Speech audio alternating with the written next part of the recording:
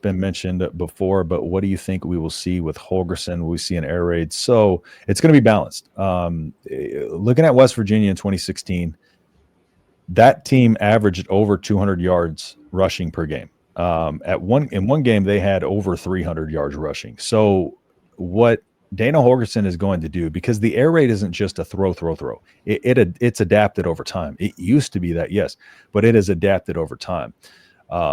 So what it's going to be a lot of rhythm throws, kind of short rhythm throws, especially just because the goal of the air raid is to spread, get the defenders covering grass. So spread the field out as wide as you can and try to get, bigger windows for your quarterback, get your playmakers in space. And then from that, once you spread that out, you kind of have a little bit of the wider splits between the offensive linemen that helps create those running lanes a little bit more. So what it's going to be for him, it's going to be a pretty good balance. But he's going to be getting Dylan Raiola in a rhythm early with kind of some short throws.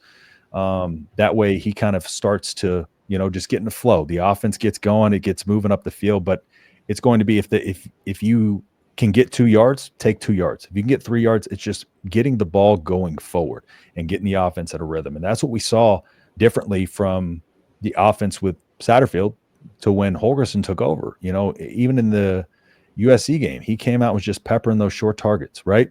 But also having more routes out there. And then eventually, once you connect a few of those, you get those guys in space, and then you kind of target that middle of the field, bring that down, and then you try to take shots over the top. So it's a very adaptable offense, and Holgerson runs it very well, but he will be balanced for sure. He knows he's got to run the ball in the Big Ten, unlike Satterfield. And you can expect your running backs to do a lot more than just run the football. Yep. You remember Wendell Smallwood when he was at West Virginia? I do. He had 3,100 career scrimmage yards. That's insanity. Which I think I was reading stats earlier. It was like, I think 1,000 of that was receiving. That's crazy. Which is quite a bit for a running back. Yeah, we saw it with Emmitt. We saw that game where Emmitt the perfect back for this offense. I wish Vermeer had more time here because he's another guy that just, if he stayed healthy and had another year of eligibility, Vermeer would have been a completely different running back. Absolutely. In this offense. I feel so bad for Vermeer. I agree. Because when he came in, Dana Holgerson, when he came in, those first few practices, he saw Emmitt Johnson out there. He's like, why is this guy not the one? Why is he not getting all the reps? That he immediately came in and said that. And so he said that I found a young guy that's pretty talented, and everybody thought he was talking about a wide receiver. He was talking about Emmitt. And there was a couple of guys he mentioned kind of, because the one guy, who was it that suited up for the trip that hadn't been on? I can't remember. I think it was the USC game. Quinn Clark. Yeah, Quinn Clark. And so he came in and he immediately started identifying talent that wasn't being identified before. And so all of a sudden you got, Emmitt Johnson going out there and putting on a masterpiece of a game. And again, we can thank Dana Holgerson. Dana Holgerson is the reason Emmitt Johnson came back. Emmitt Johnson wanted to be in Nebraska. The whole time, even when he left, he wanted to be in Nebraska. The rumors about there being friction between him and Satterfield were 100% true. Were 100% true. I heard it from somebody about as close to him as you can get. Related. There were some definitely issues. Like a week before the season opener, he was going to be the starting running back, and then gets pulled from under the rug, and then you don't see him for 3 weeks. 2023 and 2024. Yeah. So because it's weird what happened. If you go back to my preview for the 2023 season, I was even mentioning how Emmitt Johnson was getting half of the first team reps. People don't know that, but Emmitt Johnson was getting half of the first team reps in the offseason before 2023. And that was the season where it took 2 players getting injured for him to come in there. He was getting half the first team reps that offseason. So that happened. He got rug pulled twice. And so, there's a lot of other stuff that was said that I don't necessarily know is true. I think there was a lot of, somebody went on a tangent, talking about a whole bunch of crazy stuff. But I do know for sure that there was friction between those two. And that riff is what caused Emmitt Johnson to not be getting the playing time.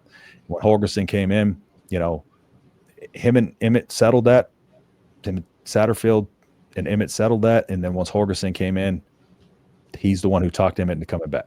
But Emmitt did want to be here. He wanted to be at Nebraska. It's a big year for him too. I mean, you're the clear-cut number one guy. Now it's time to show everybody what you can do. Yep, he gets a prove it year, and I think he was talking about he had to work twice as hard as everybody else to get playing time.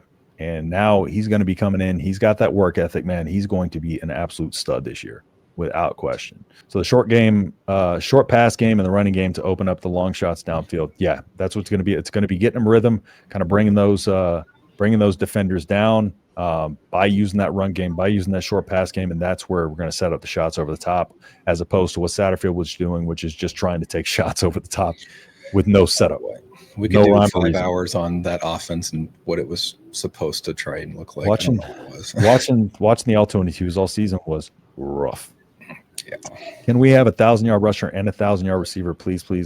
I don't know if that's going to happen just with how much they rotate these guys, but also I think this ball is going to be distributed out through everybody. I think next year, because I see people clamoring for that all the time, and I don't really think you need that, but I think next year would probably be your best chance because you really only have Emmitt Johnson. Yep. And then pick Dane Key or Isaiah Hunter. One of those two guys could go for 1,000. But I think Key might. Yeah, but if you have 5 receivers who have 40 to 60 catches and 500 to 800 yards between them each, like who cares if you have a guy that has 1,000? Yeah, the ball is going to be spread out very, very well. So yeah, I think he could have 1,500 all purpose though. I really do. You do have shavers who embrace the cold this year, have to have the right character. Character is like a part of the recruiting process. Oh yeah. That's everything with him. Yeah. So sad for Mir. Maybe he hangs around practice squads in the NFL long enough. I don't know. I don't think he gets on a roster. Not a very big guy. Nope. Table set for Emmitt. I think we're going to be impressed. We definitely will. Hope Holgerson told Sat to back off.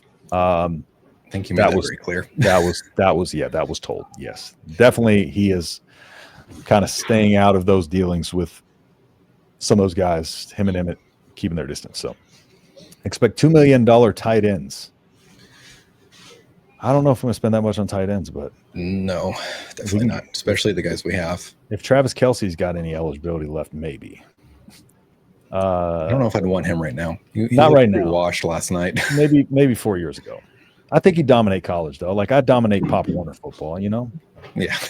This whole new guy thing is scary. I ain't so sure about it. Fine. Can we have 3 750-yard receivers? I think the thing about this offense is, it's going to just whoever is open is going to get the ball. So it's going to be spread out a ton. I think that's the best case scenario, more so than anybody getting, 1,000 yards or whatever. I just think Dane Key is going to be a guy who gets open so much that he is going to have an opportunity to do that for sure.